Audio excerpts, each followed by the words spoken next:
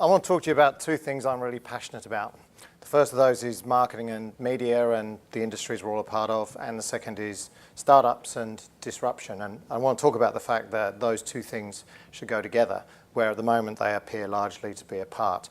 And to illustrate that, I want to start with a story from 2001. 2001, I was running Yahoo when it was still good to. I was on the board of Seek because we'd just put a lot of money into Seek. It was the end of the dot-com boom, and we were about a year into the dot-com crash. And so two big things were going on for Seek. The first one was we were growing, and we were growing nicely. But the second was we were running out of money. And we were running out of money at the worst time to run out of money because everybody who was very excited about dot-coms the year before was now gloomy and pessimistic. So we were quite worried. We were worried that even though we were growing, we weren't going to make it to profitability with the money we currently had, and we were worried that we wouldn't be able to raise any more. In our board meetings, sort of item 2 on the agenda most months was who are our competitors and what can they do to us that's going to stop us making it to profitability. And we had 3 very serious ones. We had Fairfax, we had News, and we had a business run by Monster, who was the global leader in recruitment, and PBL. So 3 massive competitors. And we looked at all those guys, we thought, what do they have that we don't? And the answer was they have customer relationships, they have brands, they have shitloads of capital. And so in almost every way, they have the things that we would want, and they're in a position to make things really hard for us. So we tried to figure out, what do we think they're going to do? We wrote a list. These are the things we think they could do. These are the things we think they're almost inevitably going to do. This is how we're going to react to it. And we kind of vowed that meeting by meeting, we would make sure that we were keeping on top of the whole thing. What actually happened was that none of the things that we thought that they were going to do, did they do. Yeah, in fact, they didn't really do anything for those sort of years between about 01 and 03. They did what they were doing anyway.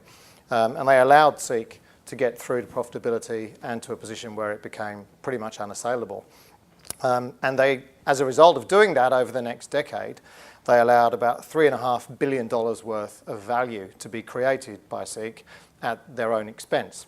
So it's kind of a weird thing. You know, why would companies that have great brands, great assets, loads of money, and all those things going for them, manage to lose to a bunch of guys based in Melbourne without much money who are just working really hard?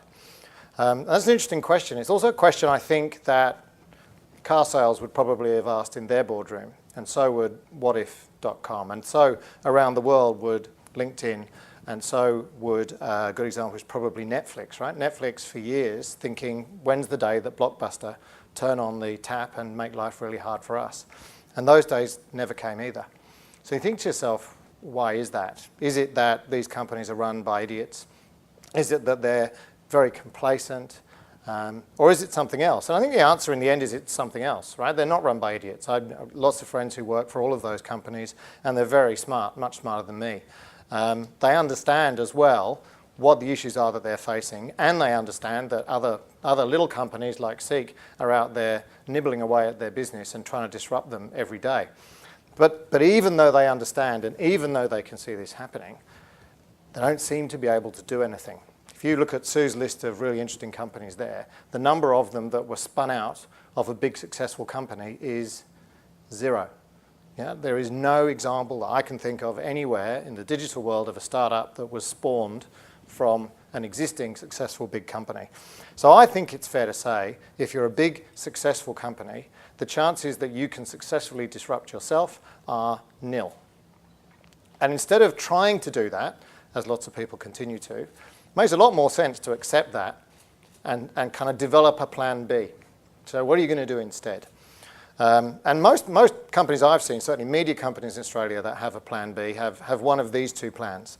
Plan 1 is close your eyes and really, really hope that it doesn't happen to you. That's the Census plan. If you're unkind, you might say that's the Fairfax plan, where gradually someone erodes and eats away at your business while you watch. Or the second plan, I'll come on to a bit later. There's a plan B for what you can do instead. So big companies have a problem.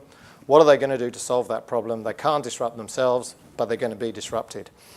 Who are the right people to do the disrupting? And you would think that the answer to that would be startups. Young, aggressive digital companies chasing after these big guys? And the answer would be definitely true that they have the skill sets. If anybody here has ever worked in a startup, has anyone here worked in a startup? Stig, you have. Yeah, small number, that's great. What do you know about working in a startup? You know that you have hardly any money, you have hardly any time, and you have hardly any chance of raising more money if you can get through the money you've currently got. So it's a really difficult environment to work in. But what it does make you do is it makes you innovate. It makes you very focused on what it is that you need to do every day. And you kind of get yourself into this test and learn cycle where I think Andy called it earlier, rapid prototyping. You know, we'd say that's all about failing fast. You know, take something out there, make it happen, see if it works, and if it doesn't, try something else. So great skill sets for being disruptive. And as you saw from Sue's presentation, when that comes off, if you're Facebook, if you're LinkedIn, if you're Seek, if you're REA, it's fabulous, right? You make tons of money, you have lots and lots of fun, and you totally put the knackers on serious industries that never quite recover. The problem is that most startups don't succeed. Most of the startups that are raising small amounts of money, and typically it's a few $100,000, don't get to the end of that process with a successful business. They fail. And because they fail, or they look like they're going to fail, they find it very hard to get funding. And if you can't get funding, you can't get to the next stage. And that's a problem for all sorts of startups, but it's a particularly acute problem in Australia, because about half the companies, half what I call prototyped companies that try to raise money are successful in Australia, as would be in the US or Europe or anywhere else. So this is a difficult place to run a startup. Some of those companies, it would be fair to say, failed because they're bad ideas or they weren't terribly well executed or that kind of stuff. But there's a small group of them that I think would be great businesses when they grow up if they got a chance to grow up, but they don't. So the startup problem isn't they have the wrong culture. It isn't that they don't move fast enough. It's that they don't have enough money. They don't have enough experience. Typically, a lot of startups are run by very young people who are very enthusiastic but not very experienced at what they do. And they lack a way to scale. So once you do realise you've got a good idea, how you scale that idea is really driven by distribution, and distribution is something that most startups also don't have. So on the one hand, we have big corporates worrying about the fact they're going to be disrupted, not really able to do anything about it, and not quite sure what to do next. And on the other hand, you have startups full of young, smart people with a total passion for what they do, learning really quickly, with a massive danger of running out of money. Seems to me there's a pretty obvious solution in the middle here about how those guys should be able to work together. Because the plan B for most corporates, if they don't take the let's hope it all works plan, is M&A.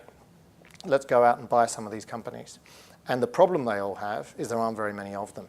So for corporates, the idea that I can go out and solve my problem by buying a startup is expensive because there aren't many of them, and when they get sold for lots of money, and risky because you're taking on a culture you may not fully be able to understand. So it seems to me the logical thing we should think about doing here is partnering up between the media companies on the one hand and the marketing organisations and the startups on the other. There's precedent for this. I don't know if anyone's aware of this, but in the US, the Googles, the Intels, the Ciscos already have their own venture funds, and the logic there is deploy money to create businesses which are going to disrupt you in the long run. So they're already doing it.